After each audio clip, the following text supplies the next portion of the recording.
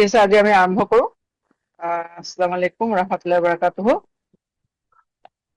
নাহমাদুহু ওয়া নুসাল্লি আলা রাসূলিহিল কারীম, আম্মা বা'দ, ফাআউযু বিল্লাহি মিনাশ শাইতানির রাজীম। বিসমিল্লাহির রাহমানির রাহিম। রাব্বি ইশরাহ লি সাদরি ওয়া ইয়াসসির লি আমরি ওয়াহলুল উকদাতাম মিন লিসানি ইয়াফকাহু কাওলি।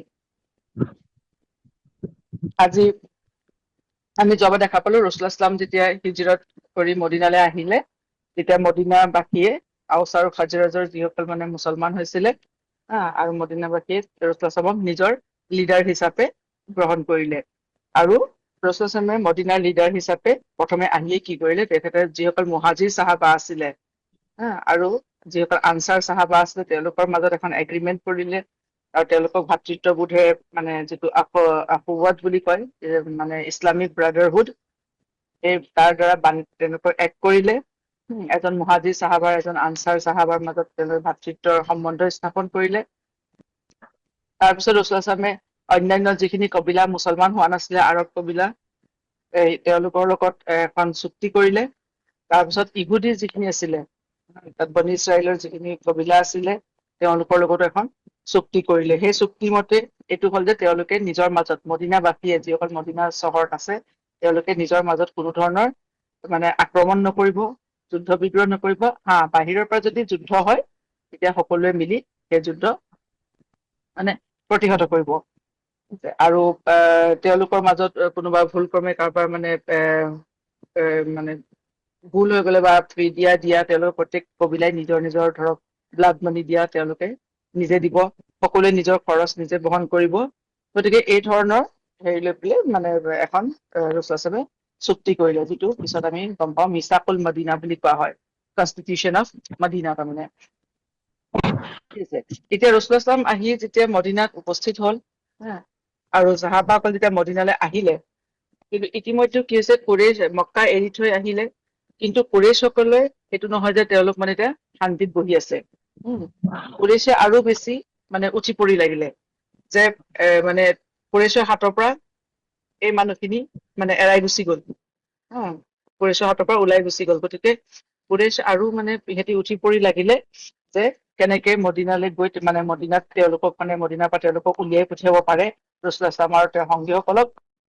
তাৰ কাৰণে সিহঁতি কি হৈছে, অন্যান্য কবিলাবোৰক, আৰৱ কবিলা যিবোৰ মুছলমান হোৱা নাই, সিহঁতক উচতাবলৈ আৰম্ভ কৰি দিলে।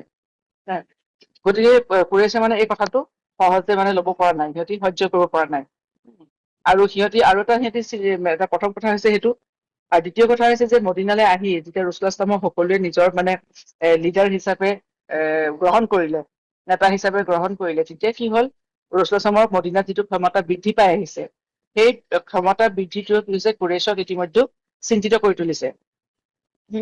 আৰু তাৰ ফলত কি হৈছে, কুৰেইশৰ যিটো খং আৰু ৰোষৰ বলি এতিয়া মক্কাত থাকি যোৱা যিখিনি কমজোৰ মুছলমান আছিলে, সিহঁতৰ ওপৰত আৰু বেছি অত্যাচাৰ আৰম্ভ হল। গতিকে কুৰেইশে এতিয়া কি হৈছে, সকলো সময়তে ৰাসূলুল্লাহ সাল্লাল্লাহু এতিয়া মদিনাত থকা অৱস্থাত আৰু সাহাবাসকল মুছলমানৰ ওপৰত সিহঁতি সকলো সময়তে মুছলমানৰ গতিবিধি ওপৰত সিহঁতি চোকা দৃষ্টি ৰাখিবলৈ আৰম্ভ কৰি দিলে। তেতিয়া কি হল, কুৰেইশে তেতিয়া কি হৈছে, ইতিমধ্যে মদিনাৰ যিখিনি মুশ্ৰিকৰ যিখিনি লিডাৰ আছিলে, আব্দুল্লাহ ইবনে উবাই, আমি আগতে এই নামটো পাইছো। আব্দুল্লাহ ইবনে উবাই কোন আছিলে, যে তেওঁ যেতিয়া বুআছৰ যুদ্ধত যিখিনি আওছ আৰু খাজৰাজৰ বেছিখিনি লিডাৰৰ যেতিয়া মৃত্যু হল, তেতিয়া কি হৈছে, আব্দুল্লাহ ইবনে উবাই আছিলে, যাক আওছ আৰু খাজৰাজে নিজৰ লিডাৰ হিচাপে চিলেক্ট কৰিছিলে, মনোনীত কৰিছিলে। তেওঁক তেতিয়া লিডাৰ হিচাপে ঘোষণা কৰাৰ কথা আছিলে। কিন্তু সেই সময়তে হিজৰত কৰি ৰাসূলুল্লাহ সাল্লাল্লাহু আৰু সাহাবাসকল মদিনালৈ আহি গল, হয় নে নহয়? গতিকে ৰাসূলুল্লাহ সাল্লাল্লাহু মদিনালৈ অহাৰ লগে লগে কি হল, মদিনাবাসীয়ে ৰাসূলুল্লাহ সাল্লাল্লাহু নিজৰ আব্দুল্লাহ ইবনে উবাইক নকৰি ৰাসূলুল্লাহ সাল্লাল্লাহু নিজৰ লিডাৰ হিচাপে গ্ৰহণ কৰিলে। গতিকে আব্দুল্লাহ ইবনে উবাইৰ মনত এটা ক্ষোভ এটা আছে ৰাসূলুল্লাহ সাল্লাল্লাহু প্ৰতি।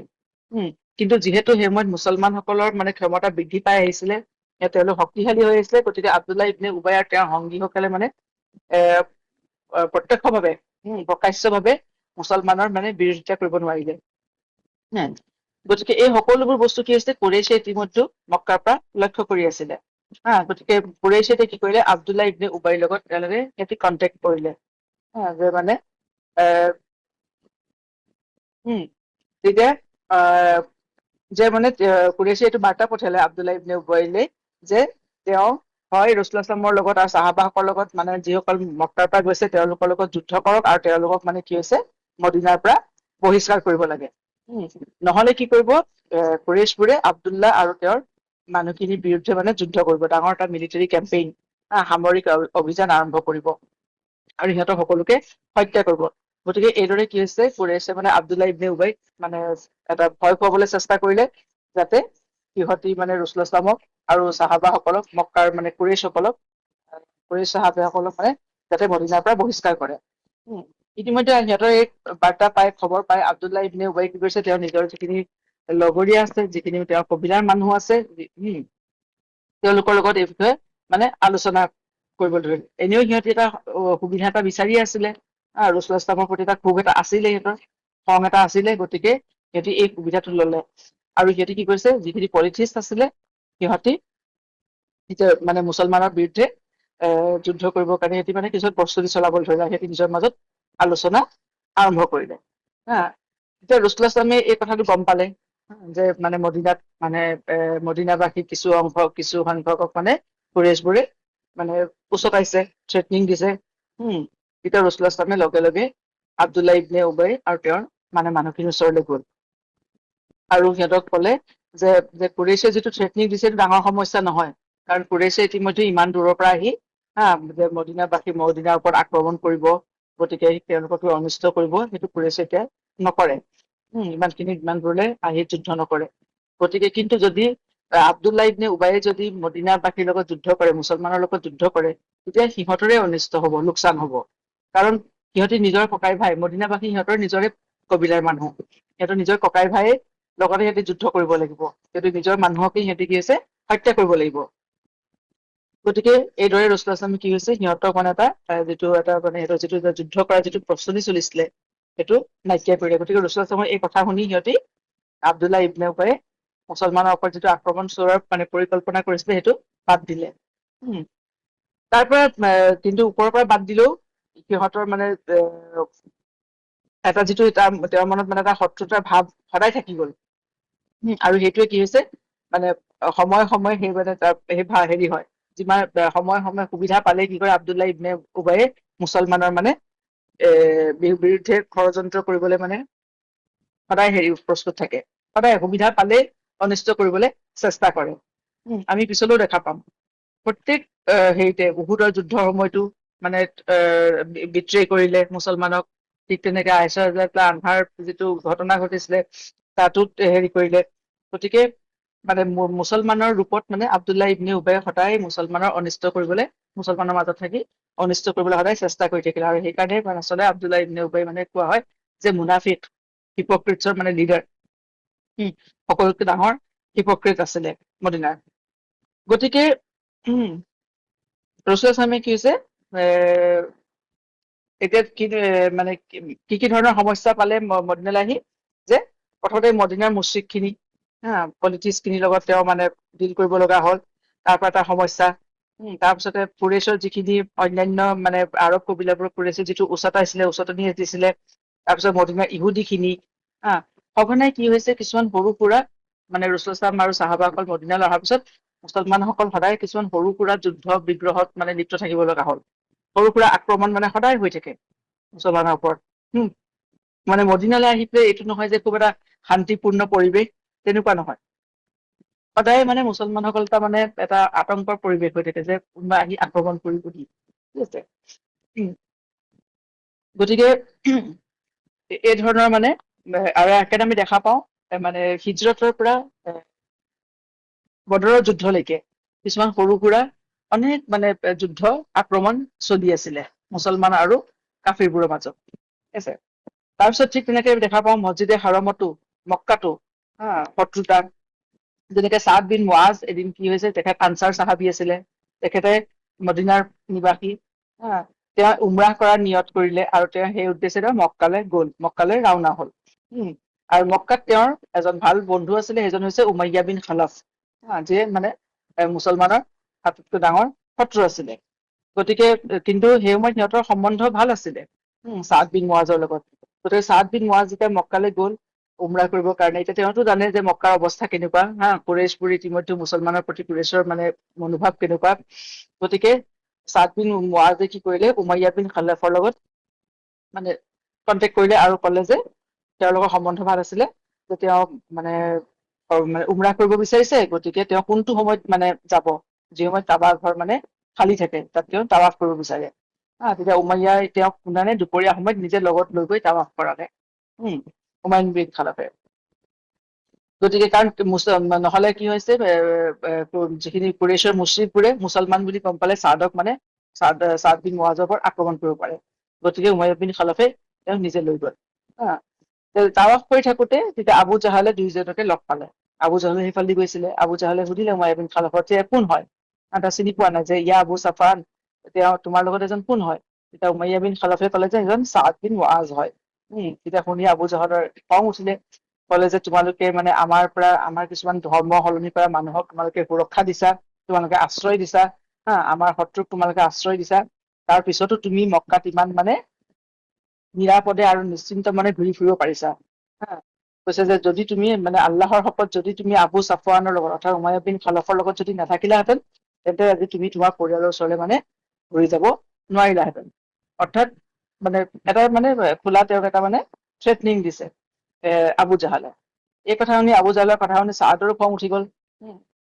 ক'লে যে তুমি যদি মানে মোক তাৱাফ কৰাত বাধা দিয়া, তেন্তে তুমিও মনত ৰাখা যে তোমাৰ যিটো মানে তোমাৰো মদিনাৰ মাজেদি অহা যোৱা কৰা ৰাস্তা আমি কেতিয়াও ব্যৱহাৰ কৰিব নিদিওঁ। অৰ্থাৎ যিটো মানে কুৰেশ্বৰ যিটো ট্ৰেড ৰুট আছিলে, বাণিজ্যিক পথ আছিলে, সেইটো যিটো চিৰিয়াৰ ফালে যায়, যিটো ৰোমান সাম্ৰাজ্যৰ ফালে যায়, সেইটো মদিনা পাৰ হৈ যাব লাগে।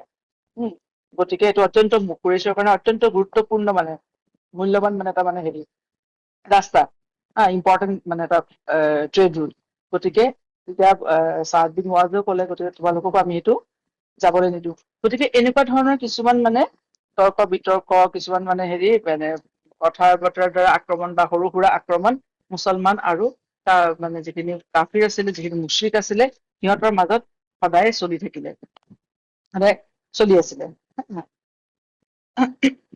তাৰপিছত আকৌ ঠিক তেনেদৰে কুৰেশে কি কৰিছে, ইতিমধ্যে যেতিয়া চাহাবাসকল তাত আছে, মানে কুৰেশখিনি যেতিয়া মদিনাত আছে, তেতিয়া কুৰেশলে মানে সেই চাহাবাসকললে কুৰেশে কিছুমান মানে খবৰ পঠিয়াই যে মদিনাৰ মুছলমানসকলক থ্ৰেটনিং দিয়ে যে তোমালোকে এওঁলোকক উলিয়াই পঠোৱা, নহলে তোমালোকক আমি সকলোকে মৃত্যুদণ্ড দিম, তোমালোকক আক্ৰমণ কৰিম, তোমালোকক হত্যা কৰিম।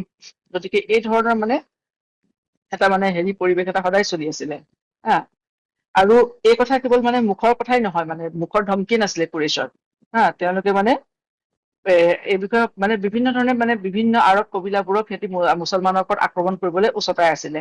আৰু ৰাসূলুল্লাহ ছাল্লামে যেতিয়া মানে মদিনালৈ গ'ল, যেতিয়া লিডাৰ মানে যে লিডাৰ তেওঁ শাসনভাৰ যেতিয়া মানে গ্ৰহণ কৰিলে, তেতিয়া তেওঁ কি কৰিছে, সকলো ঠাইলৈ তেওঁ মানে ৰাসূলুল্লাহ ছাল্লামে নিজৰ স্পাই পঠিয়াই দিয়ে, আৰু এই খবৰবোৰ তেওঁ স্পাইসকলে আনি পেলাই দিয়েহি ৰাসূলুল্লাহ ছাল্লামক। গতিকে এতিয়া ৰাসূলুল্লাহ ছাল্লামেও কাৰণে মানে মদিনাৰ কাৰণে তেওঁ কিছুমান প্ৰিকচনাৰী মেজাৰ লোৱা হ'ল, যে মদিনাত মানে সুৰক্ষাৰ ব্যৱস্থা কৰা হ'ল। আগতে তেনেকে আৰববোৰৰ মাজত তেনেকুৱা কোনো সুৰক্ষাৰ ব্যৱস্থা নাছিলে, ঠিক আছে। গতিকে মদিনাৰ চহৰখনৰ সুৰক্ষা ব্যৱস্থা কৰা হ'ল। ৰাসূলুল্লাহ ছাল্লামৰ মানে ঘৰৰ ওচৰতো চাহাবাই মানে সুৰক্ষাৰ ব্যৱস্থা কৰিলে। তেওঁলোকে চাহাবাসকলে মানে পাল পাতি আহি পেলাই তেওঁলোকে ৰাসূলুল্লাহ ছাল্লামৰ ঘৰৰ সন্মুখত মানে পহৰা দিয়ে। এতিয়া আয়েশা ৰাদিয়াল্লাহু তাআলা আনহাৰ এটা হাদিছ আছে, যে কৈছে যেতিয়া মদিনাত মানে সেই সময়ত ইমান প্ৰথম অৱস্থাত মানে ইমান ভয় শংকা মানে আতংকৰ পৰিস্থিতি, যে এদিন ৰাতি ৰাসূলুল্লাহ ছাল্লাম যেতিয়া শুবলৈ গৈছে, মদিনাত উপস্থিত হোৱাৰ পিছত মানে ৰাসূলুল্লাহ ছাল্লামক বেছ চিন্তিত দেখা গ'ল। তাৰপিছত মানে ৰাসূলুল্লাহ ছাল্লামে মানে ক'লে যে কোনোবা আল্লাহ তাআলাৰ নেক বান্দা আছে নি, যোনে মোক ৰাতিটো মানে পহৰা দিব পাৰিব। অৰ্থাৎ সকলো সময়তে মানে জীৱনৰ এটা ভয়, কোন সময়ত আহি কোনে আক্ৰমণ কৰেহি। গতিকে ইমানেই মানে এটা বিপদসংকুল পৰিস্থিতি আছিলে।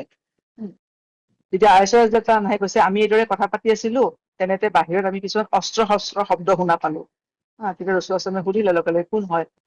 বাহিৰৰ পৰা উত্তৰ দিলে যে মই ছাদ বিন আবি ৱাক্কাছ, তেওঁ এজন ডাঙৰ চাহাবী আছিলে। তেওঁক শুনি ৰাসূলুল্লাহ ছাল্লামে ক'লে যে তোমাৰ কিবা কাম আছিলে নেকি, তুমি ইয়ালৈ আহিছা। তেতিয়া ছাদ বিন আবি ৱাক্কাছে ক'লে যে মই আপোনাৰ সুৰক্ষাৰ বিষয়ে চিন্তিত হৈছিলো, আৰু তাৰ কাৰণে মই আহিলো ৰাতিটো পহৰা দিবলৈ। আৰু তেতিয়া সেই কথা শুনি ৰাসূলুল্লাহ ছাল্লামেও ছাদ বিন আবি ৱাক্কাছৰ কাৰণে দুআ কৰিলে, আৰু তাৰপিছতে সেইদিনা তেওঁ নিশ্চিন্ত মনে শুই পৰিলে। এইদৰে চাহাবাসকলে ৰাছূলুল্লাহ সাল্লাল্লাহু সুৰক্ষা ব্যৱস্থা লৈ অত্যন্ত চিন্তিত হৈছিলে আৰু তেওঁলোকে পাল পাতি আহি ৰাছূলুল্লাহ সাল্লাল্লাহু মানে ৰক্ষীয়া হবলৈ ধৰিলে। তাৰপিছতে আল্লাহ তাআলাই আয়াত নাজিল হ'ল, ৱাল্লাহু ইয়াচিমুকা মিনান নাছ। আল্লাহ তাআলাই ক'লে যে আল্লাহ তাআলাই মানুহৰ পৰা আপোনাক সুৰক্ষা প্ৰদান কৰিব। আল্লাহ তাআলাই নিজে সুৰক্ষা প্ৰদান কৰিব। এই আয়াত আল্লাহ তাআলাৰ ফালৰ পৰা এই সুৰক্ষা প্ৰদানৰ যিটো মানে আয়াত নাজিল হ'ল, তেতিয়া ৰাছূলুল্লাহ সাল্লাল্লাহু কি কৰিলে, তেওঁৰ ওচৰত তেওঁ মানে ঘৰৰ সুৰক্ষা দিবৰ কাৰণে যিসকল চাহাবা আহিছে তেওঁলোকক আৰু সেই কামৰ পৰা কাম কৰিব নিদিয়া হ'ল। কৈছে যে আল্লাহে মোৰ সুৰক্ষাৰ দায়িত্ব লৈছে, গতিকে আৰু তোমালোকে কোনো আহিব নালাগে। গতিকে আল্লাহ তাআলাৰ নবী, হয় জানো, মদিনাৰ শাসক মানে ৰুলাৰ আছিলে, মুছলমানৰ নেতা, কিন্তু তেওঁৰ ঘৰৰ সন্মুখত কোনো চিকিউৰিটি গাৰ্ড নাই। যেতিয়া আল্লাহৰ হুকুম আহি গ'ল, তেওঁ ঘৰৰ সন্মুখৰ পৰা চিকিউৰিটি গাৰ্ডৰ ৰখাৰ কোনো ব্যৱস্থা নকৰিলে। কোনো চিপাহী জন্তুৰি নাই ৰাছূলুল্লাহ সাল্লাল্লাহু সন্মুখত। কিন্তু ৰাছূলুল্লাহ সাল্লাল্লাহু কৈছিলে যে যে তোমালোকে মোক মানে এৰি দিয়া, আল্লাহ তাআলাই মোৰ মানে হিফাজত কৰিব। ঠিক আছে। আৰু আল্লাহ তাআলাই তেতিয়া তাৰ পৰা আৰু মানে গোটেই জীৱন যিমান দিন তেওঁ ৰাছূলুল্লাহ সাল্লাল্লাহু মদিনাত থাকিলে, তেতিয়ালৈকে কোনো ধৰণৰ চিকিউৰিটি, কোনো ধৰণৰ মানে এনেকুৱা সুৰক্ষাৰ নাছিল। তেওঁ চাহাবাসকলৰ মাজতে এজন সাধাৰণ মানুহৰ দৰে তেওঁ মিলি আছিলে। সেইকাৰণে যেতিয়া বাহিৰৰ পৰা কোনো মানুহ আহে, ডেলিগেশ্যন আহে, ৰাছূলুল্লাহ সাল্লাল্লাহু লগ কৰিবলৈ আহে, তেওঁলোকে চিনি নাপায়। চাহাবাসকলৰ মাজত যেতিয়া বহি থাকে ৰাছূলুল্লাহ সাল্লাল্লাহু চিনি নাপায় যে আল্লাহৰ ৰছুল কোনজন হয়, মদিনাৰ লিডাৰ কোনজন হয়। ঠিক আছে। গতিকে অত্যন্ত মানে সহজ সৰল আছিলে ৰাছূলুল্লাহ সাল্লাল্লাহু জীৱনী।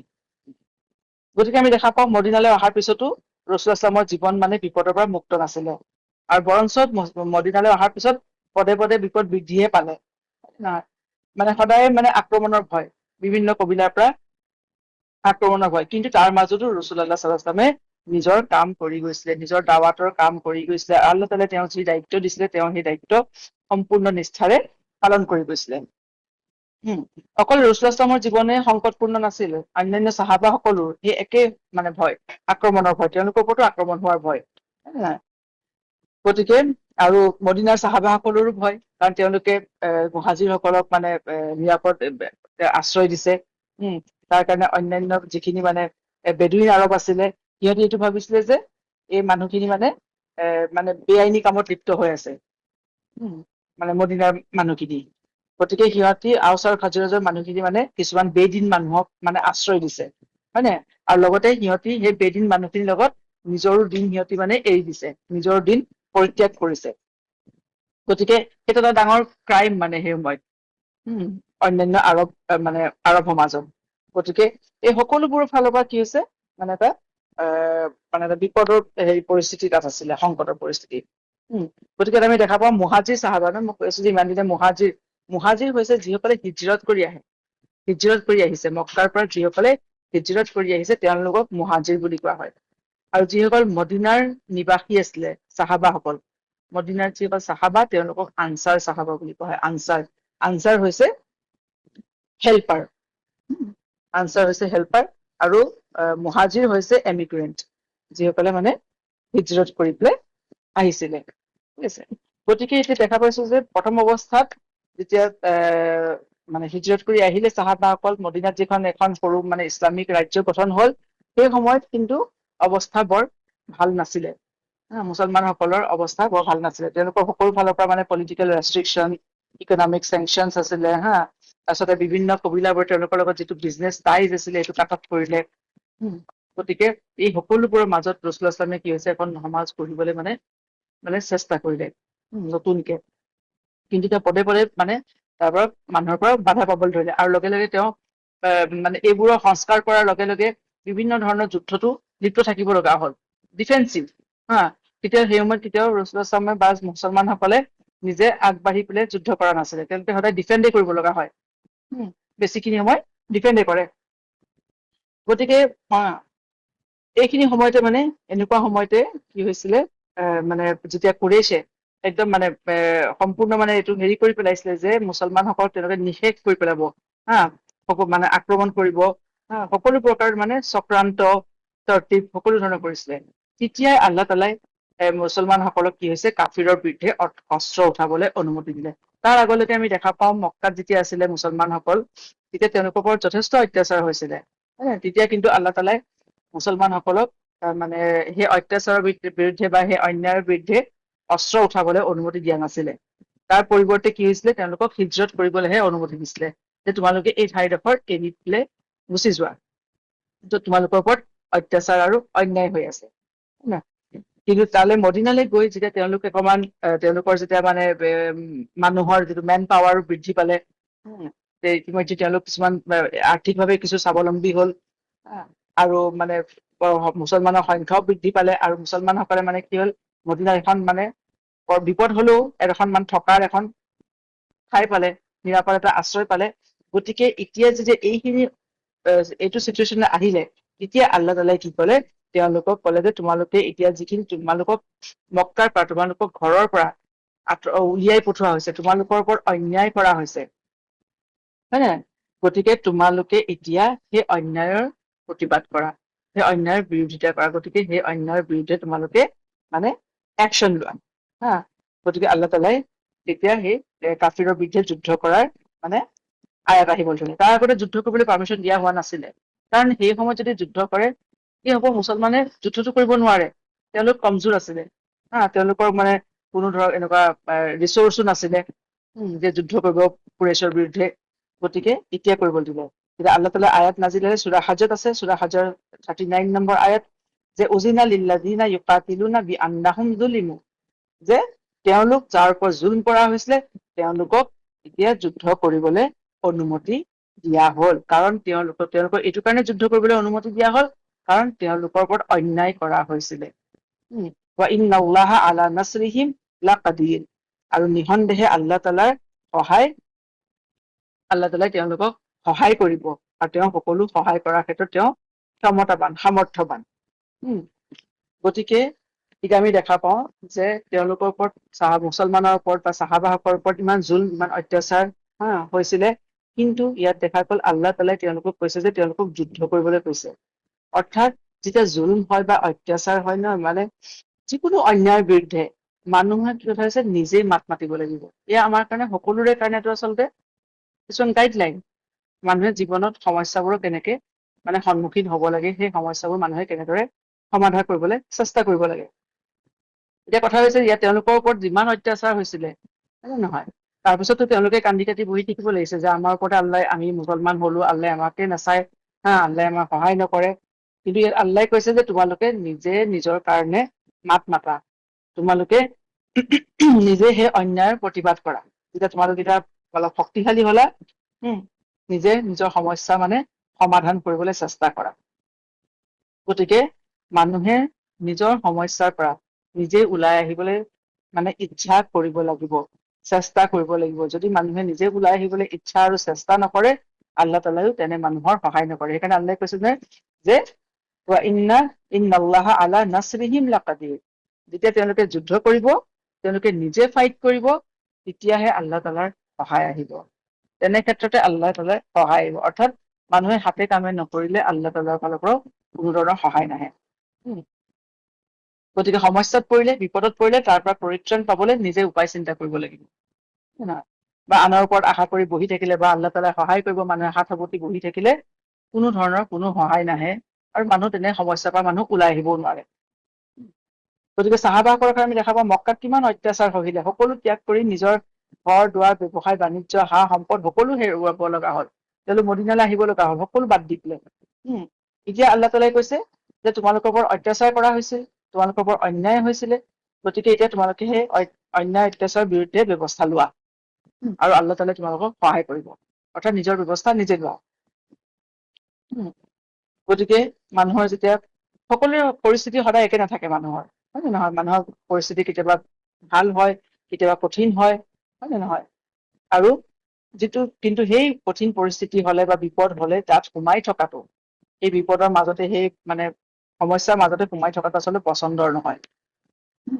মানুহে কয় ন, মানুহ যেতিয়া বিপদত পৰে, সমস্যাত পৰে, মানুহে সকলো আশা চব বাদ দি দিয়ে, যে আমাৰনো কি আৰু, আমাৰতো এনেদৰেই থাকিব অৱস্থা, আল্লাহ তালা আমাৰ ফালে চকু মেলি নাচায়েই, নহয় জানো, কোনো আমাক সহায় নকৰে। এনেকুৱা ধৰণৰ কথাবোৰ আচলতে মানে আল্লাহ তালা একেবাৰে পচন্দ নকৰে। এয়া হৈছে কুফুৰৰ কথা। আল্লাহে কৈছে, আল্লাহটো কোৱা নাই পৃথিৱীত বিপদ নিদিব বা সমস্যা নিদিব, সমস্যা আহিবই। গতিকে আল্লাহে কৈছে সেই যেতিয়া সমস্যা আহে, বিপদ আহে, আল্লাহ তোমালোকে নিজৰ এটা ব্যৱস্থা কৰা আৰু আল্লাহৰো সহায় আহিব, তেতিয়াহে আল্লাহ তালাৰ সহায় আহে। গতিকে আমি ইয়াতে দেখা পাওঁ চাহাবাসকলৰ ক্ষেত্ৰতো তেওঁলোকে কোনো ধৰণৰ কোনো কমপ্লেইন কৰা নাই। তেওঁলোকে আল্লাহ তালাই যি সময়ত যি হুকুম দিছে তেওঁলোকে সেই ধৰণে পালন কৰি গৈছে। একটো ৰসুল আসলামৰ মুখত আমি কোনো ধৰণৰ তেনেকুৱা কোনো ধৰণৰ কমপ্লেইন নাই শুনা। ঠিক নাই? সেইকাৰণে আমি গতিকে হিজৰতত আমি শিকিবলগীয়া সেইখিনি কথা যে হিজৰতৰ সময়ত আমি দেখা পালো আল্লাহ তালাৰ হুকুম হৈছে যে ইয়াত কষ্ট হৈছে, তোমালোকক থকা ঠাই দিছো তালৈ যোৱা। নহয়, সেইকাৰণে হিজৰত সেই সময়ত হিজৰত তেওঁলোকৰ ওপৰত ফৰজ আছিলে। তাৰ মাজত যদি তেওঁলোক যদি সেইটো অৱস্থাত যদি তেওঁলোকৰ মৃত্যু হয়, যে তেওঁলোকে মানে মক্কা এৰি থৈ নগলে, আচলতে কি হৈছিলে বদৰৰ যুদ্ধৰ সময়ত যেতিয়া মানে মক্কাৰ মানে কাফিৰ খিনি যেতিয়া যুদ্ধ কৰিবলৈ ওলাই আহিলে, তাত সিহঁতি মক্কাৰ সকলো মানুহকে লগত লৈ আহিছিলে যুদ্ধ কৰিবলৈ। তাৰ মাজত এনেকুৱা মানুহ আছে যি মুছলমান হৈছিলে মনে মনে, কিন্তু সিহঁতি সেইটো নিজৰ দিন প্ৰকাশ কৰিবলৈ মানে ইমান মানে প্ৰকাশ কৰিবলৈ ভয় কৰিছিলে, লুকুৱাই ৰাখিছিলে। গতিকে সিহঁতকো কি হৈছে, সিহঁতিও কি হৈছে যেতিয়া বদৰৰ যুদ্ধত মুশ্ৰিকৰ হৈ পেলাই কাফিৰৰ হৈ পেলাই সিহঁতি মুছলমানৰ বিৰুদ্ধে যুদ্ধ কৰিব লগা হৈছিলে। আৰু তাৰ মাজত যেতিয়া সিহঁতি সেইটো অৱস্থাত যেতিয়া মৃত্যু হল কিছুমানৰ, তেতিয়া আল্লাহ তালাই কৈছে যে আল্লাহ মানে তেওঁলোকৰ লগত কি ব্যৱস্থা হল, মালাকুল মাউত আহোঁতে তেওঁলোকৰ কি অৱস্থা হল, সেই বিষয়ে মানুহতো কোনো গম নাপায়।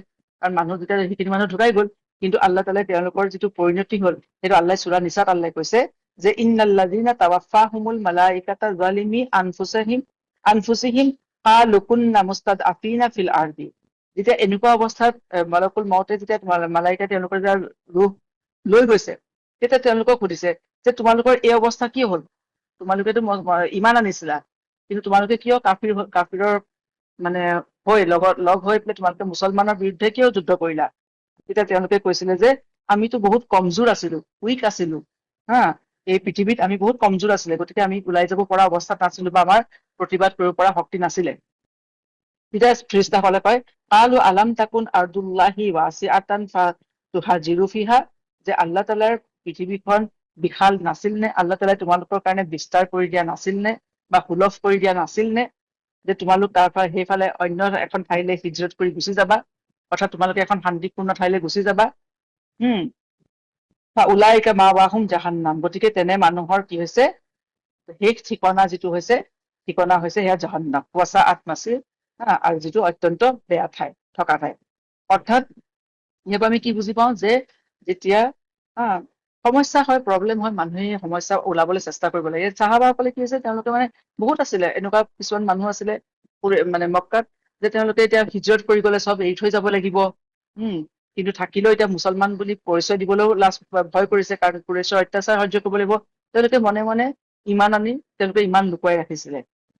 আৰু নিজৰ ঘৰ বাৰী এৰি যাবলৈও তেওঁলোকে সাহস কৰিব পৰা নাছিলে, কাৰণ সকলো এৰি থৈ যাব লাগিব বস্তু, হয় নে নহয়? গতিকে সেইটো কথা নহয়। আচলতে সমস্যাত থাকিলে, বিপদত পৰিলে মানুহ তাৰ পৰা ওলাবলৈ মানুহে মানে ব্যৱস্থা কৰিব লাগে। ঠিক আছে, এই আয়াত শুনি পেলাই যেতিয়া আল্লাহ তালাৰ পৰা আয়াত আহিলে যে মানে হিজৰত কৰিবই লাগিব, তেতিয়া এজন চাহাবা আছিলে, তেওঁ দমৰা বিন জুণ্ডুব, মক্কাত। ত ইমান ভয় খালে, তেওঁৰ সময়ত অত্যন্ত বাৰ্ধক্য অৱস্থা, আৰু তেওঁৰ সময়ত খুব গা বেয়া। কিন্তু তেওঁ এতিয়া কৈছে যে মানে তেওঁ মানে হিজৰত কৰি যাব। তেওঁ ইমানেই ভয় খালে যে যদি হিজৰত নকৰো তেনেহলে মানে তেওঁ মুছলমান হোৱাটোৱে মানে অনৰ্থক হৈ যাব।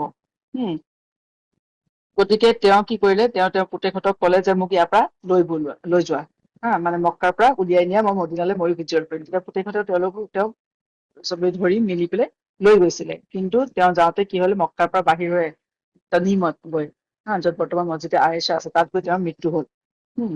গতিকে তেনেকুৱা মানুহৰ কাৰণেও আল্লাহ তালাৰ পিছত কিছু আয়াত নাজিল হৈছে যে ৱামান ইয়াখৰুজু মিন বাইতিহি মুহাজিৰান ইলাল্লাহি ওয়া ৰাসূলিহি সুম্মা ইউদৰিকুহুল মাউতা ফাকাদ ৱাকা আজৰুহু আলাল্লাহ, যে যিসকলে মানে নিজৰ ঘৰ এৰি গল, হিজৰত কৰিলে আল্লাহৰ ফালে আৰু ৰসুলৰ ফালে, গতিকে আৰু যাওঁতে ৰাস্তাত তেওঁলোকক মানে মওতে তেওঁলোকক মানে হেৰি কৰি পেলালে, গ্ৰাস কৰিলে, গতিকে তেওঁলোকৰ আজৰ আল্লাহ তালাৰ ওচৰত আছে। গতিকে কথা হৈছে যে চাওক, মানুহে যিকোনো পৰিস্থিতিতে তেওঁ এজন বৃদ্ধ মানুহ আছিলে, তেওঁ খুব ৰোগীয়াও আছিলে, যাব নোৱাৰে, কিন্তু তাৰ পিছতো তেওঁ চেষ্টা কৰিলে। সেই চেষ্টা কৰাৰ পিছতহে আল্লাহ তালাৰ সেই সকাহটো আহিলে, ৰিলিফ আহিলে, আয়াত নাজিল হ'ল যে তেওঁলোকৰ আজৰ আল্লাহ তালাৰ লগত আছে। কিন্তু চেষ্টা নকৰাকে কোনো ধৰণৰ আজৰ মানুহে নাপায়, আৰু মানুহৰ পৰিস্থিতিও সলনি নহয়। ঠিক আছে, গতিকে ৰসুল ইছলামৰ এয়া শিক্ষা আছিলে যে সকলো সময়তে সকলো ধৰণৰ, আমি কিন্তু দেখা পাওঁ ৰসুল ইছলামক কোনো সময়তে কোনো ধৰণৰ কোনো ডিপ্ৰেশ্যনত নাই যোৱা, ইমান অত্যাচাৰৰ পিছতো কোনো ধৰণৰ তেওঁ হেৰি হোৱা নাই। সকলো সময়তে যিটো আল্লাহ তালাৰ ফালৰ পৰা নিৰ্দেশ আহিছে, সকলো সময়তে তেওঁ কাম কৰি গৈ আছে। আৰু ৰসুল ইছলামে চাহাবাসকলক এনেকুৱা টাৰবিয়ত কৰিছিলে যে সকলো কাম নিজে কৰিবলৈ শিকাইছিলে। কোনো ধৰণৰ যেতিয়ালৈকে একদম কমপ্লিটলি হেল্পলেছ নহয়, তেতিয়ালৈকে চাহাবাসকলে কি হৈছে, আনৰ পৰা কোনো ধৰণৰ সহায় গ্ৰহণ নকৰিছিলে। যে চাহাবাসকল এইটো আছিলে যে বোলে ঘোঁৰাত গৈ আছে, তেওঁলোকৰ ঘোঁৰাৰ লাঠিডাল পৰি গ'ল, সেইটো তেওঁলোকে নিজে ৰখি উঠাই লয়। আনক তেওঁলোকে নকয় যে সেইটো তুলি দিয়া। ইমানখিনিলৈকে তেওঁলোকে চিন্তা কৰিছিলে, নিজে কৰিবলৈ চেষ্টা কৰিছিলে। গতিকে এতিয়া আল্লাহ তালাই কি হৈছে, তেওঁলোকক অনুমতি দিলে যুদ্ধ কৰিবলৈ, যাতে মুছলমানসকলে নিজৰ যিটো হেৰুৱা ডিগনিটি আছিলে, অনাৰ আছিলে, সেয়া ঘূৰাই পায়। গতিকে নিজৰ ডিগনিটি আৰু অনাৰ মানুহে নিজেই কি হৈছে অৰ্জন কৰিব লাগিব। আল্লাহ তালাই কৈছে যে আল্লাযিনা ইন মাক্কান্নাহুম ফিল আৰদি আকামুছ সালাতা ওয়া আতুজ যাকাতা ওয়া আমাৰু বিল মাৰুফ ওয়া নাহাউ আনিল মুনকাৰ। গতিকে এতিয়া যেতিয়া তেওঁলোকৰ যুদ্ধৰ হুকুম দিলে, তাৰ অৰ্থ এইটো যে আল্লাহ তালাই কৈছে যে তোমালোকক পৃথিৱীত মই থকাৰ ঠাই দিলো, তোমালোকৰ আশ্ৰয়স্থল দিলো। কিহৰ কাৰণে দিলে? শান্তিপূৰ্ণ আশ্ৰয়স্থল দিলে। কিহৰ কাৰণে? যাতে তোমালোকে নামাজ কায়েম কৰিব পাৰা, নামাজৰ চিষ্টেম কায়েম কৰিব পাৰা, তোমালোকে জাকাতৰ চিষ্টেম কায়েম কৰিব পাৰা, তোমালোকে জাকাত আদায় কৰিব পাৰা। আৰু তোমালোকে মানুহক ভালৰ হুকুম আৰু বেয়াৰ পৰা মানুহক তোমালোকে ৰখাব পাৰা। গতিকে এয়া হৈছে মুছলমানৰ প্ৰধান ডিউটি, কৰ্তব্য, ৰেচপনচিবিলিটি, যে মানুহে আকামুছ চালাতা, অকল নামাজ, সেইকাৰণে নামাজৰ ক্ষেত্ৰত সদায় চাব ইকামতে চালাত, আকামুছ চালাত আহে। নামাজ পঢ়া বুলি নাহে, নামাজ প্ৰতিষ্ঠা কৰা। নামাজ এটা চিষ্টেম, এটা ইনষ্টিটিউচন। এই ইনষ্টিটিউচনটো হৈছে কি? তাক প্ৰতিষ্ঠা কৰা। জাকাতৰ এটা ইনষ্টিটিউচন প্ৰতিষ্ঠা কৰা, নহয়? আৰু আমাৰু বিল মাৰুফ, মানুহক ভালৰ হুকুম দিয়া, নেক কামৰ কাৰণে মানুহক উদগনি জনোৱা, আৰু নাহা আনিল মুনকাৰ, বেয়া কামৰ পৰা মানুহক ৰখোৱা। গতিকে এইখিনি এতিয়া লাহে লাহে কি হৈছে, যিখিনি মুছলমানৰ যিখিনি ৰেচপনচিবিলিটি, যিখিনি কৰ্তব্য, এতিয়া ডিউটিজ, সেইখিনি আল্লাহ তাআলাৰ ফালৰ পৰা লাহে লাহে আয়াত হিচাপে নাজিল হব ধৰিলে, সেই হুকুমবোৰ নাজিল হব ধৰিলে। গতিকে এতিয়া আমি দেখা পাওঁ যুদ্ধৰ যিটো অনুমতি দিছিলে, সেইটো কোন তাৰিখে হৈছে, একজেক্ট কেতিয়া আয়াত নাজিল হৈছে নাজানো, কিন্তু এয়া মদিনাতে এই আয়াত, যিটো পাৰ্মিশন হৈছে, এয়া প্ৰথম মদিনাতে নাজিল হৈছে আয়াত। এতিয়া যেতিয়া পাৰ্মিশন ৰসুল আসলামৰ ওচৰলৈ সেই যুদ্ধ কৰাৰ যেতিয়া পাৰ্মিশন আহিলে, তেতিয়া কি হয়, প্ৰথমতে আহি ৰসুল আসলামে কি কৰিছে, এতিয়া মদিনাৰ যিখিনি মুছলমানৰ যিটো পৰিস্থিতি, গতিকে তাত প্ৰথম যিটো সৰ্বপ্ৰথম কৰিব পৰা কামটো হৈছে, কাৰণ তেওঁলোকৰ এতিয়া যিটো ইকনমিক কণ্ডিশ্যন আছে, সেইটো ইম্প্ৰুভ কৰিব লাগিব, হয় নাই? গতিকে ৰসুল আসলামে কি কৰিছে, যিটো মক্কাৰ পৰা যিটো ট্ৰেড ৰুট গৈছে, কমাৰ্চিয়েল ৰুট গৈছে, সেইটো যাতে মুছলমানসকলৰ কণ্ট্ৰললৈ আহে, তাৰ কাৰণে তেওঁ চেষ্টা কৰিলে। গতিকে তেওঁ কি কৰিছে, ৰসুল আসলামে কুৰাইশৰ ওপৰত প্ৰেছাৰ বিল্ড কৰিবলৈ চেষ্টা কৰিলে। তাৰ কাৰণে ৰসুল আসলামে দুটা কাম কৰিছিলে, যে ট্ৰেড ৰুট আৰু মদিনাৰ মাজৰ আশে পাশে থকা যিবোৰ অঞ্চল আছে, সেই অঞ্চলত যিখিনি আৰৱ কবিলা আছে, তেওঁলোকৰ লগত ৰসুল আসলামে চুক্তি কৰিবলৈ চেষ্টা কৰিলে, শান্তি চুক্তি স্থাপন কৰিবলৈ চেষ্টা কৰিলে, যাতে তেওঁলোকে বাৰে বাৰে সেই আক্ৰমণ কৰি নাথাকে মুছলমানখিনিৰ ওপৰত বা মদিনাৰ ওপৰত। কাৰণ তেওঁলোকে আক্ৰমণ কৰি থাকিলে মদিনাৰ আৰ্থিক অৱস্থা অত্যন্ত জুৰুলা হৈ আছে। গতিকে তেওঁলোকৰ লগত শান্তি চুক্তি স্থাপন, ইহুদিখিনিৰ লগতো শান্তি চুক্তি স্থাপন, তাৰ দ্বাৰা ৰসুল আসলামে কি কৰিলে, যিখিনি আক্ৰমণ হৈছিলে, সেই আক্ৰমণ অলপ সময়ৰ কাৰণে হলেও ৰোধ কৰিলে, কমাই দিলে। তাৰপিছত কিছুমান কবিলাই চুক্তি কৰিলে, কিছুমানে চুক্তি নকৰিলে। গতিকে সিহঁতে যিখিনিয়ে চুক্তি নকৰিলে, সিহঁতি প্ৰায়ে কি হৈছে, সঘনাই সেই ট্ৰেড ৰুটটো আক্ৰমণ কৰে, ট্ৰেড কাৰাবানবোৰ আক্ৰমণ কৰে, বা মদিনাত আহি তেওঁলোকে মদিনাৰ আশে পাশে যিখিনি ঠাই আছে তাত আক্ৰমণ কৰে। তেতিয়া সেইখিনি প্ৰতিহত কৰিবৰ কাৰণেও ৰসুল আসলামে কি হৈছে, তেওঁলোকৰ চাহাবাসকলৰ, মুছলমানৰ কিছুমান আৰ্ম ফ'ৰ্চ পঠিয়াব লগা হৈছিলে, আৰ্ম ট্ৰুপছ পঠিয়াব লগা হৈছিলে।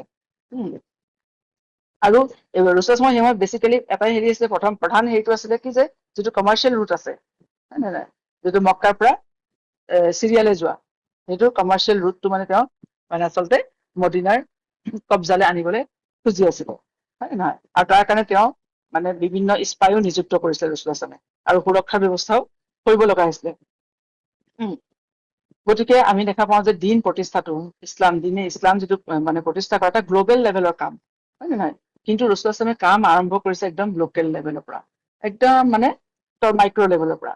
সকলো ডাঙৰ কামৰ মানে আৰম্ভণি মানুহৰ সৰু সৰু ষ্টেপ দিয়ে হয় নে নহয়। গতিকে তেওঁ যি সময়তে যিটো আল্লাহ তাআলাৰ ফালৰ পৰা হুকুম পালে, সেই ধৰণে ৰুছলাছলামে নিজৰ কাম কৰি গ'ল, নহয় জানো। তেওঁ নিজৰ যিখিনি ৰিচোৰ্চেছ এভেইলেবল আছিলে, তেওঁৰ ওচৰত আছিলে, মজুত আছিলে, তাৰ দ্বাৰা তেওঁ সেই সময়তে সকলো কাম তেওঁ কৰি গ'ল। আচলতে ৰুছলাছলাম এজন ভিজনেৰী লিডাৰ, হয় নে নহয়। কাৰণ কিয়ামতলৈকে আহিব লগা মানুহে তেওঁক অনুকৰণ কৰিব, অকল সেই সময়ৰ চাহাবাসকলেই নহয়, সেই সময়ৰ মুছলমানসকলেই নহয়, কিয়ামতলৈকে। আজিতো 1400 বছৰ হৈ গ'ল, 1500 বছৰ ওচৰা-ওচৰি, মানুহে এতিয়ালৈকে তেওঁক অনুকৰণ কৰি আছে। গতিকে তেওঁৰ ভিজন কিমান মানে বিশাল হ'ব লাগিব, নহয় জানো। গতিকে কথা হৈছে যে মুছলমানৰো আৰু মুছলমানসকল হৈছে ৰুছলাছলামৰ নবীৰ উম্মত, নবীৰ ৱাৰিছ, নবীৰ শিক্ষাৰ মানে ৱাৰিছ হয়। গতিকে সেই মুছলমানৰো মানে সেই এটা কথাটো হৈছে যে মানুহৰ ভিজন থাকিব লাগে, হয় নে নহয়, এটা লক্ষ্য থাকিব লাগে। আজি আচলতে আমাৰ মুছলমানৰ প্ৰধান সমস্যাই হৈছে কি আমাৰ কোনো ভিজন নাই। বাছ আমি মানে পৃথিৱীত আমি জীয়াই থাকিব লাগে, আছে মানুহ। ৰুছলাছলামৰ ভিজন আছিলে, তেওঁ প্ৰত্যেক কাম আল্লাহ তাআলাই তেওঁক গাইড কৰি গৈ আছে, সেইদৰে তেওঁ নিজৰ কাম কৰি গৈ আছে। গতিকে যেতিয়া তেওঁ এতিয়া নিজৰ পৰিকল্পনা মানে এতিয়া যিখিনি মানে আল্লাহ মানে যুদ্ধ কৰিব কৈছে বা সেইখিনিতে কাৰ্যকৰী কৰা মানে মিলিটাৰী এক্টিভিটি তেওঁ আৰম্ভ কৰি দিলে, কাৰ্যকৰী কৰা। যিখিনি মদিনাৰ আশে পাশে যিখিনি মানে আছিলে, পথবোৰ আছিলে, সংলগ্ন পথবোৰ আছিলে, সেইবোৰ তেওঁ চাৰ্ভে কৰিবলৈ ৰুছলাছলামে চাহাবাসকলক তাত এপইণ্ট কৰিলে। সেই অঞ্চলৰ আশে পাশে মক্কালৈ যোৱা ৰুটবোৰৰ ওপৰত তেওঁ চাৰ্ভে কৰিবলৈ আৰম্ভ কৰিলে, যিটো জিঅ' পলিটিকেল ফিচাৰ্ছ খিনি ভালদৰে আয়ত্ব কৰিলে, কোনখিনি ঠাইত কোনডোখৰত কি আছে। তাৰপিছতে আশে পাশে থকা কবিলাবোৰৰ লগত চুক্তি কৰিলে, গতিকে আৰু তাৰপিছতে তাৰোপৰি কি হৈছে, যিখিনি নন মুছলিম আছিলে তেওঁলোকৰ মনতো এটা মানে বিশ্বাস, যিটো ফেইথ, সেইটো আনিবলৈও চেষ্টা কৰিলে যে মুছলমানে বা চাহাবাসকলে তেওঁলোকক আক্ৰমণ নকৰে, তেওঁলোকৰ বিলিফৰ কাৰণে তেওঁলোকক আক্ৰমণ কৰা নহয়। মুছলমানেও মানে কি হৈছে তেওঁলোকৰ লগত শান্তিপূৰ্ণভাৱে থাকিবলৈ বিচাৰে। গতিকে এই ধৰণৰ মানে বিশ্বাস জন্মাবলৈ চেষ্টা কৰিলে। আৰু আনহাতে যিবোৰ ঠাইত বিৰোধিতা হৈছিলে, সেই বিদ্ৰোহবোৰ দমন কৰিবলৈ ৰুছলাছলামে নিজৰ ফালৰ পৰাও কিছুমান আৰ্ম ফৰ্চেছ পঠিয়ালে। তাৰ দ্বাৰা ৰুছলাছলামে আচলতে কুৰেইছক এইটো মানে দিব খুজিছিলে, যে বাৰ্তা দিব খুজিছিলে যে মানে নিজৰ শক্তি মানে ডিছপ্লে কৰিলে, যে কুৰেইছে যে মানে অতি সহজ বুলি ভাবি আছে মুছলমানসকলক আক্ৰমণ কৰিব, অতি সহজে তেওঁলোকক শেষ কৰি দিব, সেইটো নহয়। ৰুছলাছলামে সেই আক্ৰমণবোৰৰ দ্বাৰা এইটো হেৰি কৰিলে যে তেওঁলোকো শক্তিশালী হৈ উঠিছে মুছলমানসকলো। গতিকে কুৰেইছে যাতে মানে অতি সহজে তেওঁলোকক আক্ৰমণ কৰাৰ কথা নেভাবে। তাৰ দ্বাৰা আচলতে দুটা কথা, যে ৰুছলাছলামে আচলতে মদিনাত মানে যিটো সেইসময়ৰ অৰ্থনীতি আছিলে, আৰ্থিক অৱস্থা আছিলে, সেইটো মানে তাত মানে তেতিয়া আক্ৰমণটো তেওঁলোকে সহ্য কৰিব মানে বিয়াৰ কৰিব নোৱাৰিব মদিনাৰ অৰ্থনীতি। গতিকে তেওঁ সেই আক্ৰমণটো ৰোধ কৰিব চেষ্টা কৰিছিলে। আৰু দ্বিতীয়তে তেওঁ এইটো কৰিছিলে যে কুৰেইছলৈ এটা মেছেজ পঠিয়াবলৈ চেষ্টা কৰিছিলে, যে যিখিনি মানুহ হিজৰত কৰিব নোৱাৰাকে মক্কাত থাকি গ'ল সিহঁতৰ কবলত, গতিকে সিহঁতৰ ওপৰতো যাতে আৰু জুলম নকৰে।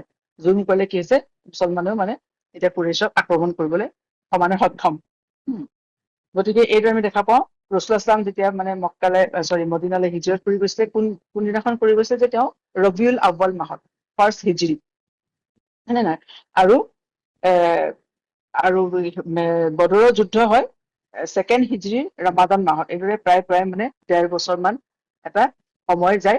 এই সময়ত ৰুছলাছলামে বিভিন্ন ধৰণৰ চুক্তি কৰা, আৰু তাৰপিছতে বিভিন্ন মানে যিবোৰ আক্ৰমণ হৈছিলে সেইবোৰ প্ৰতিহত কৰা, এইবোৰ কাম তেওঁ কৰি থাকিব লগাইছে। গতিকে আমি চাওঁ এতিয়া প্ৰথম হিজৰীৰ যিটো প্ৰথম বছৰ, তাত কি উল্লেখযোগ্য ঘটনা ঘটিছিলে, হয় নে নহয়। হিজৰীৰ প্ৰথম বছৰতে নামাজ যি আছে, নামাজ মানে 2 ৰাকাতৰ পৰা 4 ৰাকাতলৈ বৃদ্ধি হয়, ফৰজ নামাজ।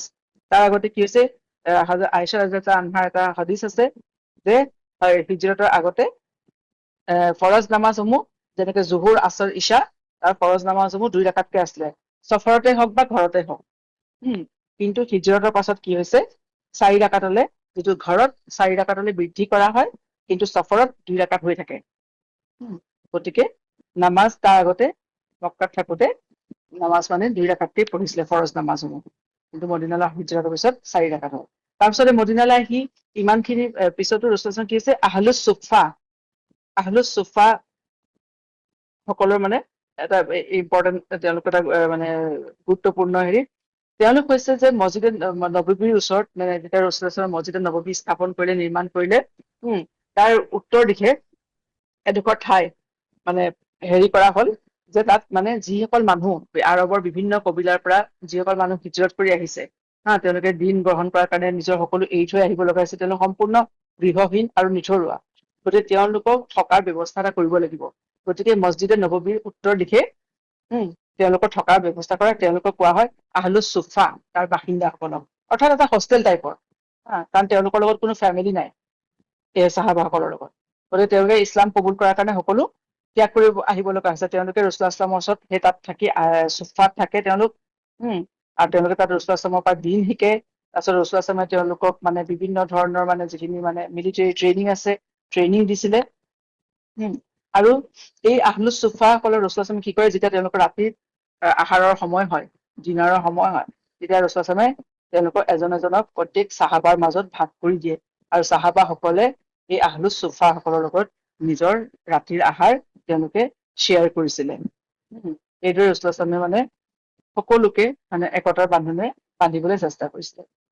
সেই সময়তে আৰু এই প্ৰথম বছৰতে, হিজৰতৰ প্ৰথম বছৰতে কি হৈছে, প্ৰথম বছৰৰ পৰাই হিজৰী কেলেণ্ডাৰ আৰম্ভ হয়।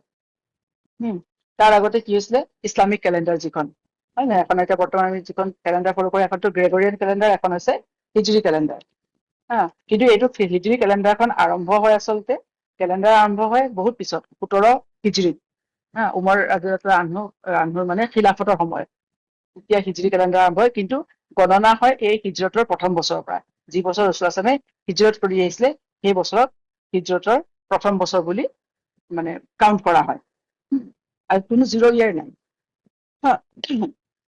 গতিকে আৰৱৰ মাজত আগৰে পৰা কি হৈছে, মানে 12টা মাহৰ কনচেপ্টটো আছিলে, আৰু সিহঁতৰ 4টা হুৰমতৰ মাহৰো কনচেপ্ট আছিলে, কিন্তু সিহঁতৰ নিজৰ কোনো কেলেণ্ডাৰ নাছিলে আৰৱৰ। সিহঁতৰ যিটো 4টা হুৰমতৰ মাহ বুলি কয়, পবিত্ৰ মাহ যে কওঁ আমি, ৰজব, জুলহজ্জা, মহৰম, এই 4টা মাহ। এই 4টা মাহত সাধাৰণতে সিহঁতে কি কৰে, যুদ্ধ বিগ্ৰহ নকৰে। আৰু ইছলাম অহাৰ পিছতো এই 4টা মাহক মানে মুহৰৰম মাহ হিচাপে বা হুৰমতৰ মাহ হিচাপে ৰাখি দিয়া হল। শৰীয়ততো এইকেইটা হুৰমতৰ মাহ হিচাপে থাকিলে। গতিকে এতিয়া কি হৈছিলে, এই 4টা মাহত সিহঁতি আচলতে যুদ্ধ কৰিব নোৱাৰে। কিন্তু কুৰাইশবোৰে কি কৰিছিলে, যিহেতু সিহঁতৰ হাততে সকলো ক্ষমতা আছিলে, সিহঁতে কি হয়, মানে সিহঁতৰ যেতিয়া সিহঁতৰ যুদ্ধ চলি আছে, এতিয়া হঠাৎ জুলকাদা মাহ আহি গল, বা ৰজব আহি গল, সিহঁতে কি কৰে, যে নহয় আমি মানে আৰু 2 মাহ মানৰ পিছত আমি মানে ৰজবটো পালন কৰি ল'ম। গতিকে সিহঁতে কি কৰে, এইটো ৰজব মাহ নহয়, গতিকে যুদ্ধখন মানে কণ্টিনিউ থাকিব লাগে। এইদৰে সিহঁতে নিজৰ সুবিধা মতে কি হৈছে, যিহেতু কেলেণ্ডাৰ নাছিলে, নিজৰ সুবিধা মতে মাহবোৰ সিহঁতি ইফাল সিফাল কৰি লয়, গণ্ডগোল কৰি লয়। ঠিক আছে, তাৰপিছত আমি সেইকাৰণে দেখা পাওঁ, যেতিয়া মানে হাজ্জাতুল বাদৰ সময়ত ৰাসূলুল্লাহ কৈছিলে আজি কোন দিন, কোনটো মাহ, মানে তেতিয়া সেইকাৰণে কোৱা হৈছিলে আচলতে সেই কথাষাৰ, যে আজি মানে জুলহজ্জা মাহে। সেইকাৰণে কি হয়, জুলহজ্জা মাহত মানে কেতিয়াবা আগতে জাহিলিয়তৰ পিৰিয়ডত জুলহজ্জা মাহত হজ নহয়, কাৰণ সিহঁতি কৈ দিয়ে যে জুলহজ্জা মাহ নহয়। কিন্তু বাকী মানুহৰ মাজত এটা কনফিউজনৰ সৃষ্টি হৈছিলে। কিন্তু মাহবোৰৰ ৰাসূলুল্লাহৰ দিনতে কি হৈছে, সেই মাহবোৰৰ চিকুৱেন্সবোৰ ঠিক কৰা হ'ল, কিন্তু বছৰৰ মানে যিটো গন্তি, বছৰ গন্তি কৰাৰ কোনো ব্যৱস্থা নাছিলে। এতিয়া কি হ'ল, এবাৰ উমৰ বিন খাত্তাবৰ দিনত খিলাফতৰ সময়ত এটা ঘটনা হ'ল, এটা কেছ আহিলে খলিফাৰ দৰবাৰলৈ, যে 2জন মানুহৰ মাজত মানে এটা বিবাদ হ'ল, যে এজনে আহি পেলাই গোচৰ দিলেহি যে এই মানুহজনে মোৰ পৰা পইচা ধাৰলৈ লৈছিলে, আৰু তেওঁ মানে শ্বাবান মাহত ঘূৰাই দিয়াৰ কথা আছিলে। এতিয়া ৰমাজান আহি গল, কিন্তু মানুহজনে মোক ঘূৰাই দিয়া নাই, গতিকে খলিফাই তাৰ ব্যৱস্থা লব লাগে। তেতিয়া মানুহজনক যেতিয়া সোধা হ'ল, তেতিয়া ইজনে কলে যে মইতো এইটো মাহৰ মানে এইটো শ্বাবানত দিম বুলি কোৱা নাছিলো, মই সিটো শ্বাবানতহে দিম বুলি কৈছিলো। গতিকে দুইজনে কিজনী সঁচা কথা কৈছে, কিন্তু কোনটো বছৰ শ্ৰাবণ মাহ, কাৰণ সিহঁতৰ ওচৰত বছৰৰ কোনো কনচেপ্ট নাছিলে। সিহঁতি সদায় কি কয়, এটা যিকোনো এটা ডাঙৰ ঘটনা ঘটিলে সেই ঘটনাটোৰ আলমত সিহঁতি কথা কয় যে এই ঘটনাটোৰ ইমান বছৰ আগতে এইটো ঘটিছিলে, এই ঘটনাটোৰ ইমান বছৰ পিছত ঘটিছিলে। যেনেকে আমুল ফিল যিটো হাতীৰ ঘটনাটো ঘটিছিলে, চুৰাফিলত যিটো আমি পাওঁ, সেইকাৰণে সিহঁতি আমুল ফিল্ডৰ সেই বছৰতে মানে কি হৈছিলে, ৰুছুল তাৰ কিমান দিনৰ পিছত ৰুছুল জন্ম হৈছিলে, সিহঁতি সেই ধৰণে মানে সময়টো বছৰটো কাউণ্ট কৰিছিলে। সিহঁতৰ কোনো কেলেণ্ডাৰ নাছিলে। সেইকাৰণে আমি আচলতে মক্কাৰ যিখিনি ঘটনা পাওঁ নহয়, তাৰ মানে সেইকাৰণে একদম একজেক্ট ক্ৰনলজিকেল অৰ্ডাৰত পোৱাটো কঠিন। কাৰণ সেই সিহঁতৰ নাছিলে, কিন্তু মদিনালৈ আহি লাহে লাহে কথাবোৰ সিহঁতি মানে চাহাবাসকলে তেতিয়া সময় পালে সেই কথাবোৰ মানে তেওঁলোকে চিকুৱেঞ্চত মানে ৰেকৰ্ড কৰিবলৈ ধৰিলে। সেই সময়তে আকৌ তেতিয়া কি হৈছে, যেতিয়া এই ঘটনাটো ঘটিলে, তেতিয়া আবু মুছা আল আশ্বাৰী এজন চাহাবা আছিলে, তেওঁ তেতিয়া ক'লে উমৰ বিন খাত্তাবক যে ইয়া আমিৰুল মুমিনিন, এই ক্ষেত্ৰত আমিও বহুত অসুবিধাৰ সন্মুখীন হৈছো। গতিকে আপুনি আমাক এটা কাম দিয়ে যে অমুক মাহত হ'ব লাগিব, কিন্তু আমাৰ অসুবিধা হয় এইটো বুজি নাপাওঁ যে কোনটো বছৰ কোনটো মাহ, এইটো মাহতে নে এইটো মাহ গৈ পিছৰ মানে বছৰৰ মাহত। গতিকে এই বছৰটো এটা মানে থাকিব লাগে, তোমাৰ মানে এটা মানে নিজৰ এখন কেলেণ্ডাৰ থাকিব লাগে। গতিকে এই বিষয়ে তেওঁলোকে গুণা কথা কৰা হ'ল তেতিয়া যে এখন কেলেণ্ডাৰ মানে নিৰ্ধাৰণ কৰিব লাগে। তেওঁলোকে কাৰ কেলেণ্ডাৰ ফ'ল' কৰিব, ৰোমান কেলেণ্ডাৰ ফ'ল' কৰিব নে পাৰ্চিয়ানৰ কেলেণ্ডাৰ ফ'ল' কৰিব। তেতিয়া উমৰ বিন খাত্তাবে ক'লে যে নহয়, আমাৰ নিজৰ এটা চিষ্টেম থাকিব লাগে, হয় নে নহয়, আমি কিয় লোকৰটো অনুসৰণ কৰিম। তেতিয়া চাহাবাসকলৰ মাজত আলোচনা হ'ল যে কোনটো বছৰ তেওঁলোকে মানে আৰম্ভণি বছৰ হিচাপে গণ্য কৰিব। তেওঁ অনেকে ৰায় দিলে, যেতিয়া ৰসুল নবুৱত পাইছে, গতিকে এইটো আমাৰ ইছলামৰ মানে প্ৰথম বছৰ হ'ব লাগে। তেতিয়া এইদৰে বিভিন্ন ধৰণৰ ৰায় দিলে। এতিয়া আলী বিন আবি তালিবে এইটো ক'লে যে নহয়, হিজৰত যিটো ৰসুল যি বছৰ হিজৰত কৰিছে, সেই বছৰটো আমাৰ কাৰণে মানে ইছলামৰ প্ৰথম বছৰ হিচাপে, ইছলামিক কেলেণ্ডাৰৰ প্ৰথম বছৰ হিচাপে ধৰা হওক। কাৰণ এইটো এটা ডিচাইচিভ ইনচিডেন্ট আছিলে। মানে গোটেই হ'ল চিৰাত আমি দেখা পাওঁ, যেতিয়া মানে এটা যিটো হিজৰতৰ সময়ত মানে মুছলমানৰ এটা ডাঙৰ এটা মানে হেৰি এটা আহিলে, টাৰ্ণিং পইণ্ট, হয় নে নহয়। তেওঁলোকে এটা হিউমিলেশ্যনৰ অৱস্থাৰ পৰা তেওঁলোকে এটা অনাৰেবল অৱস্থালৈ আহিলে, পজিটিভ চেঞ্জেছ আহিবলৈ ধৰিলে মুছলমানসকলৰ। গতিকে এই বছৰটোকে সেইকাৰণে হিজৰতৰ ৰসুল যি বছৰ হিজৰত কৰিছিলে, সেই বছৰ প্ৰথম বছৰ হিচাপে গণ্য কৰা হয়।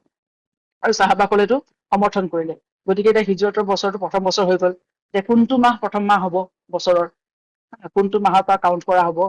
এতিয়া অনেকে ক'লে যে মানে কিছুসংখ্যক চাহাবাই ক'লে যে ৰমাদান মাহটো হ'ব লাগে, কাৰণ এইটো এটা পবিত্ৰ মাহ। কিছুমানে ক'লে ৰজব হ'ব লাগে, বিভিন্ন ধৰণৰ দিলে। তেতিয়া উছমান বিন আফফানে ক'লে যে মহৰম মাহটো প্ৰথম মাহ হিচাপে গণ্য হ'ব লাগে। কাৰণ কেলে, কাৰণ হজ কৰাটো মুছলমানৰ মানে এটা ৰিচুৱেল, 5টা ফৰজৰ ভিতৰত এটা, 5টা পিলাৰৰ ভিতৰত এটা। আৰু হজ কৰি মুছলমান কি হয়, আমি সকলো গুনাহৰ পৰা মানুহ পাক হয়, এটা নতুন জীৱন আৰম্ভ কৰে হজৰ পিছত। গতিকে সেই হজৰ মাহৰ পিছৰ যিটো মাহ মহৰম মাহ, সেইটোকে কি হৈছে মানে ইছলামিক কেলেণ্ডাৰৰ প্ৰথম মাহ হিচাপে মানে গণ্য কৰিব লাগে। আৰু এইদৰে কি হৈছে মানে হিজৰী কেলেণ্ডাৰ আৰম্ভ হ'ল। গতিকে এইকেইটা হৈছে উল্লেখযোগ্য ঘটনা, যিকেইটা প্ৰথম হিজৰতৰ প্ৰথম বছৰত হৈছে। তাৰপিছত ঠিক তেনেকে হিজৰতৰ ছেকেণ্ড ইয়েৰ কি ঘটনা ঘটিছিলে যে ৰমজান মাহত ৰোজা ফৰজ হয়। হিজৰতৰ দ্বিতীয় বৰ্ষত, ৰমাদানৰ ৰোজা। তাৰ আগতে কি আছিলে, আছুৰাৰ যিটো ৰোজা আছিলে, সেইটো আছিলে, ফৰজ আছিলে। গতিকে সেইটো এতিয়া ৰদ কৰা হ'ল। দহ মহৰমৰ যিটো ৰোজা আছিলে, ঠিক আছে, এব্ৰগেট কৰা হয়। এতিয়া তাৰ ঠাইত ৰমাদানৰ ৰোজা ফৰজ কৰা হয়। তাৰ আগতে ৰসুল মাহৰ 3টা ৰোজা ধৰিছিলে, বা সেইখিনি আছিলে। আৰু তেতিয়া আছুৰা ৰোজা ফৰজ আছিলে। কিন্তু যেতিয়া ৰমাদানৰ ৰোজা ফৰজ হ'ল, তেতিয়া বাকীবোৰ ৰোজা চব মানে ফৰজ নহয়, আৰু সেইবোৰ এব্ৰগেট কৰা হয়। তাৰপিছতে কিন্তু এতিয়া মানুহে সুন্নত হিচাপে ধৰি থাকে। তাৰপিছত ৰসুল জীয়ৰী ফাতিমা ৰাদিয়াল্লাহু আনহা আলী ৰাদিয়াল্লাহু আনহুৰ লগত নিকাহ হ'ল। আৰু এই দ্বিতীয় বছৰতে কি হৈছে, এটা ডাঙৰ ইম্পৰ্টেণ্ট ঘটনা হৈছে, এইটো যে কিবলা সলনি হ'ল। মুছলমানৰ কিবলা সলনি হ'ল। আগতে বাইতুল মাকদিছ আছিলে কিবলা, এতিয়া সেই কিবলা সলনি কৰি কাবালে কৰা হয়। এই ঘটনাৰ বিষয়ে আল্লাহ তাআলাই কৈছে যে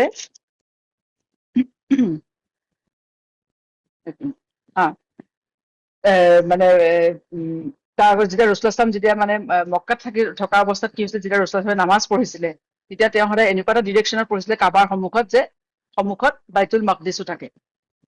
কাৰণ কাবা মানে মক্কাৰ দক্ষিণ ফালে, তাৰ উত্তৰত মদিনা, তাৰ উত্তৰত জেৰুজালেম, বাইতুল মাকদিছ। গতিকে তেওঁৰ পজিশ্যনটো এনেকুৱা আছিলে যে কাবা, তাৰপিছতে বাইতুল মকদিছৰ ফালে পঢ়ে। কিন্তু মদিনালৈ আহি যেতিয়া ৰাসূলুল্লাহ মদিনালৈ আহিলে, তাত যেতিয়া নামাজ পঢ়িবলৈ আৰম্ভ কৰিলে, তেতিয়া কি হ'ল, তেতিয়া তেওঁ মানে কাবাৰ ফালে পিঠি দি নামাজ পঢ়িব লগা হ'ল, যিহেতু এতিয়া বাইতুল মাকদিছ মানে কিবলা হৈ আছে। হা, গতিকে মদিনালৈ আহি ৰাসূলুল্লাহ যিটো মানে ইহুদীবোৰে যিফালে মুখ কৰি নামাজ পঢ়ে, তেওঁ সেইফালে নামাজ পঢ়িবলৈ আৰম্ভ কৰিলে বাইতুল মাকদিছৰ ফালে, আৰু এইদৰে প্ৰায় 16 মাহ নামাজ পঢ়িলে। কিন্তু ৰাসূলুল্লাহ সদায় মনে প্ৰাণে বিচাৰি আছিলে যে যে আল্লাহ তালাই যাতে তেওঁৰ এই কিবলা, বৰ্তমানৰ কিবলা সলনি কৰি কাবাক কিবলা কৰি দিয়ে। তেওঁৰ যিটো মনৰ ইচ্ছা আছিলে, যেতিয়া জিবৰিল আলাইহিছ সালাম তেওঁৰ ওচৰলৈ আহে, ৰাসূলুল্লাহৰ ওচৰলৈ, তেতিয়া তেওঁ জিবৰিল আলাইহিছ সালামক কয় এই কথাটো, যে মই আল্লাহ তালাই মানে মোৰ এইটো মানে মই বিচাৰো যে আল্লাহ মানে কিবলাটো সলনি কৰি দিয়ক। তেতিয়া জিবৰিল আলাইহিছ সালামে তেওঁক কয় যে মইতো কেৱল এজন আল্লাহৰ বান্দা হয়, গতিকে আপুনি আপোনাৰ ৰবৰ ওচৰত দোৱা কৰক, এনেকুৱাই। আৰু ৰাসূলুল্লাহ সেইকাৰণে দোৱা কৰে, আৰু তেওঁ প্ৰায়ে ৰাসূলুল্লাহ মানে আকাশৰ ফালে চাই দোৱা কৰে, আকাশৰ ফালে চাই থাকে, মানে তেতিয়া আল্লাহ তালাৰ ফালৰ পৰা সেই হুকুম আহিব। আৰু তেতিয়া আল্লাহ তালাই এই আয়াত নাজিল কৰিলে যে কাদ নাৰা তাকাল্লুবাল ৱাজহিকা ফিছ সামাই, যে নিঃসন্দেহে মই দেখা পালো আপুনি আকাশৰ ফালে বাৰে বাৰে চাই থকাটো, বাৰে বাৰে ঘূৰি থকাটো। ফালানুআল্লি আন্নাকা কিবলাকা তাৰদাহা, গতিকে মই সেই আপোনাৰ আপুনি যিটো ৰাজি হয়, আপুনি যিটো সন্তুষ্ট হয়, সেই ফালে আপোনাৰ কিবলা কি হৈছে সলনি কৰি দিলো। ফাৱাল্লি ৱাজহাকা শাতৰাল মছজিদুল হাৰাম, গতিকে সকলোৱে আপুনি আপোনাৰ মানে সকলোৱে, আৰু আপুনিও আৰু লগতে আমি সকলো মানে মুছলমানেও নিজৰ চেহেৰা কি হৈছে, নিজৰ মুখখন মছজিদে হাৰামৰ ফালে ঘূৰাই লওক, অৰ্থাৎ মছজিদে হাৰামক এতিয়া কিবলা কৰি লওক। এয়া কি হৈছিলে, মছজিদে কিবলা টাইমত নামাজ পঢ়ি থকাৰ সময়তে হৈছিলে। দেখুওৱা হয় যে আছৰৰ নামাজৰ সময়ত যেতিয়া 2 ৰাকাত নামাজ পঢ়ি আছিলে